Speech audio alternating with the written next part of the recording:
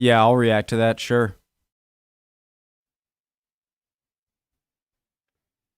Hey, it's like the Blues Clues guys. It's an American show. Okay, never mind.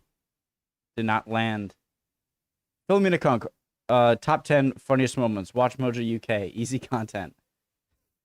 My name's Connor. If you're new, I forget what I said. Just intro. Hit all the good buttons. The murders brought shame on 19th century London, which is why, unlike other prominent Victorians of the age, Jack the Ripper has never appeared on a banknote. Welcome to Watch Mojo UK, and today we're counting down our picks for the top 10 funniest Philomena Cunk moments. Why were all the British soldiers in World War I called Tommy? Was that just a coincidence? Before we begin, we publish new content every day, so be sure to subscribe Same to here, except my content is reacting to other people's content. our channel and ring the bell to get notified about our latest videos. For this list, we'll be looking at the greatest moments from Britain's foremost historical documentarian. Are you Jack the Ripper? Let us know in the comments below. Boy, you. Number 10, Lenin. One Russian who read the book was the man currently starring in this photograph, Vladimir Ilyich John Lennon. It's an easy mistake to make, we suppose, getting the leader of the Russian Revolution confused with the Beatles' John Lennon, though the latter wasn't even born until 16 years after the former's death. Lennon imagined a world with no possessions. I wonder if you can. Nothing to kill or die for. A brotherhood of man. And he chose to bring it about with a violent uprising. We appreciate how far this joke goes, though, with the lyrics of Lennon's first famous solo song, Imagine, working their way into Cunk's monologue. This is the first in many confusions about 20th century Russia, as she goes on to ask historian Ashley Jackson what the Soviet onion is all about. No, it's onion. I saw it on a bit of paper earlier. Credit to him, he goes along with her line of questioning and explains how dependent the Soviets were on hearty vegetables. So how come you know so much about vegetables? Have you got an allotment? Number 9, the Mona Lisa. In her look at the Renaissance, Cunk asks the questions we all want to ask, but are too scared to. Her neck's very long. Was she part giraffe, or could he just not do necks? She turns her critical eye on the most famous painting in history, the Mona She turns her critical eye on the most famous painting in history, the Mona Lisa, and wonders what's actually so good about it. Just looking at her prompts so many questions. Who is she? What's she smiling about? Is she holding a balloon between her knees? And if so, what colour is it? Also under fire is Michelangelo's David, which she studies a replica of, and another Da Vinci masterpiece, The Last Supper. Then there's the realistic veins in the back of his hands, carrying statue blood to his fingers. She drives historian Gus Casely Hayford almost to madness with her questions about Botticelli too. Art historians must not be used to having to explain why Renaissance masterworks are worth looking at in the first place. Number 8, medieval reenactment. It's from Robin Hood, threatening revenge on the entire round table for what he did to Gandalf. In an effort to make medieval times more fun and vivid, I'm sorry about that laugh right there. Oh, that didn't mean to by come the out. producers to a castle. She's in an empty grey room, but brings a medieval scene to life with a long monologue and plenty of sound effects laying over the top. There's a big sort of ogre thing watching, enjoying the sight of that. This scene is nearly 4 minutes long with no cuts, and we wonder how much star Diane Morgan had to learn and how much of it might have been improvised. They're watching Merlin getting his head chopped off, which rolls all the way across the floor to there, where some wild boar gobble it up. Regardless, it's impressive, even if her version of medieval Britain is full of ogres and goblins and wizards all fighting each other and eating blackbirds. Life in the castle is back to normal, just in time for everyone to suddenly drop dead from plague. Anyway, that's what life was like in my castle. Number 7, nuclear weapons. As part of her study of the Industrial Revolution and later technological warfare, Cunk decides to talk to Ashley Jackson again, this time about nuclear weapons. She talks about how devastating nuclear warfare would be for her ex-boyfriend Sean in particular, but luckily for him, nuclear weapons don't exist anymore. It's comforting, isn't it, to realise we don't have nuclear weapons these days. Well, it depends who you mean by we. Except Philomena quickly discovers that they do, and she reacts very strongly. These are fully capable missile systems with nuclear warheads. Many other states have them. I'm afraid that nuclear war and the threat of nuclear destruction remains very much with us. We can only imagine how Jackson must have felt to accidentally reduce her to tears, and the episode quickly ends after a brief debate about what the best ABBA song is. Right, can we talk about something a bit more cheerful? Anything you like. Do you like ABBA? I love ABBA. Yeah. Yeah.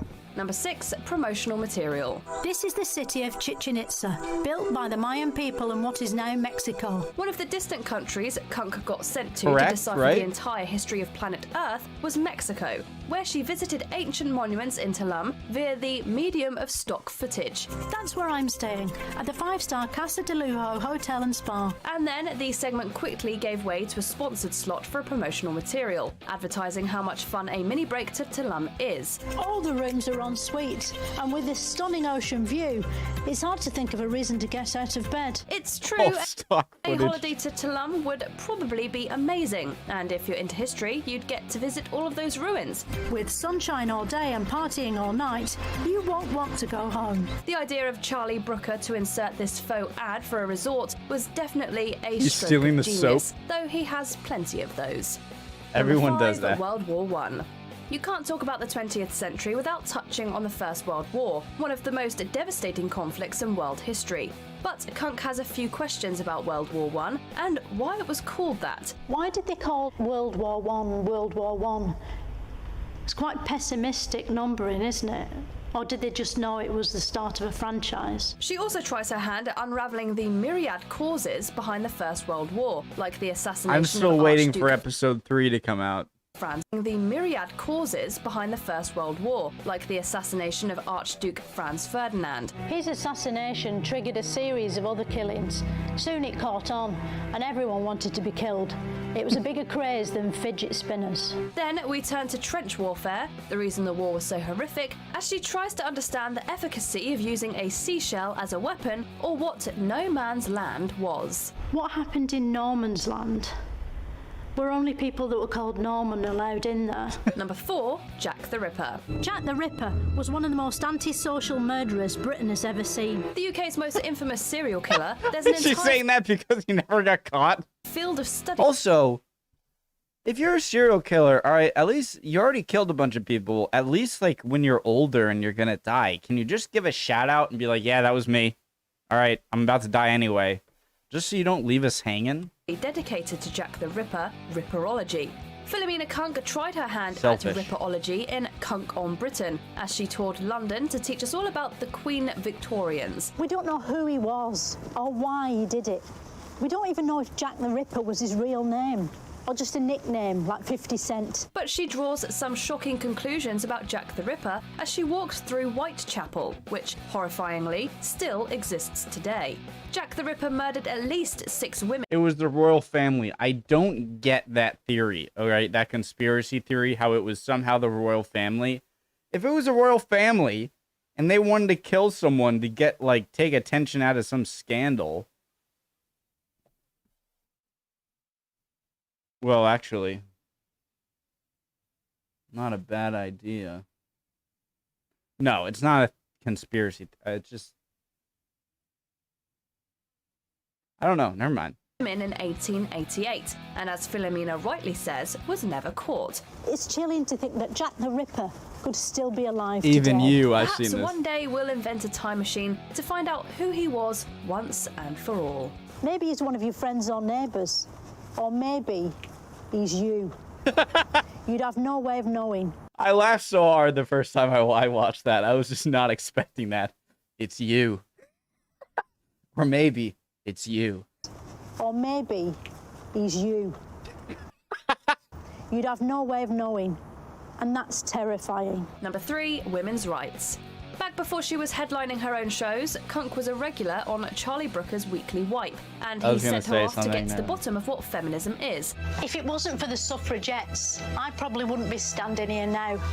I'd be in a kitchen where I belong. She traces the movement to its roots, the suffragettes, and waxes lyrical about the differences between men and women, as well as the suffragettes' activism. They did this About the differences between men A serious accident.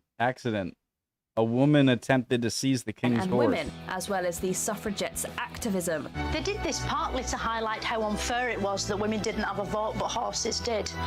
And also because being women, they really like ponies. It's remarkable that the suffragettes fought, and some died, for women's right to vote. And now we have Philomena Cunk able to exercise that right and influence democracy. Thank God she's not a real person. Men in vans still whistle at women in the street, though thanks to feminism, the man in the van might be a woman, and the woman they're whistling at might be a prime minister. Number 2, Elvis. You can't talk about the 20th century without talking about the explosion of popular music that happened in the 50s and 60s, and Cunk talks to a historian to get the facts on Elvis Presley. Why was it so dangerous to show Elvis from the waist down? Was he naked underneath like a pervert on a Zoom call? First, she's confused about where rock and roll On originally a came Zoom from, call. and then she moves the conversation onto Elvis's dancing, which was famously controversial at the time with his wild hip movements. People were prudish back then, weren't they?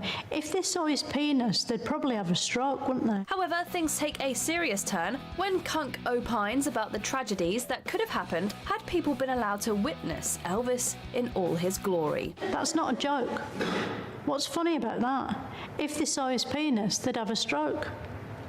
That's no laughing matter. We're talking about people's lives here. Number 1, the moon. Why did the Fake. Russians launch Spunk into orbit?